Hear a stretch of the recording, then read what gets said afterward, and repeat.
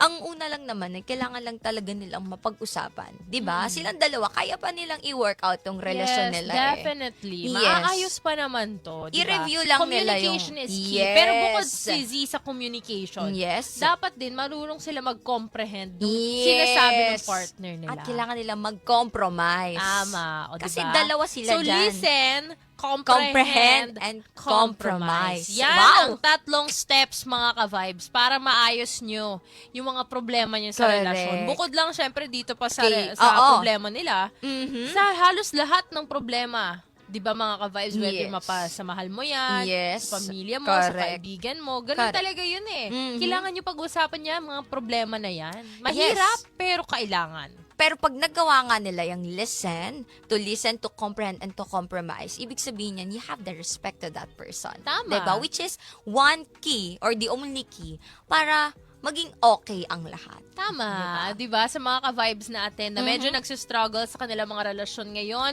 kung ikaw man ay nakaka-relate kay Shane or baka naman ikaw Kay ay Jed. nakaka-relate kay Jed, ito na yung sign na baka naman kailangan nyo na mag-usap ng iyong partner. Di ba? Yes. Para magkaalaman na. Oo nga. Huwag niyo sayangin yung pinagsabahan niyo. Sige na, Tama. magbati na kayo. Oo, kiss mo na. Dali na, kiss mo na. Kiss mo na. Mm. Ay! Tayo pala yun. Hindi mali.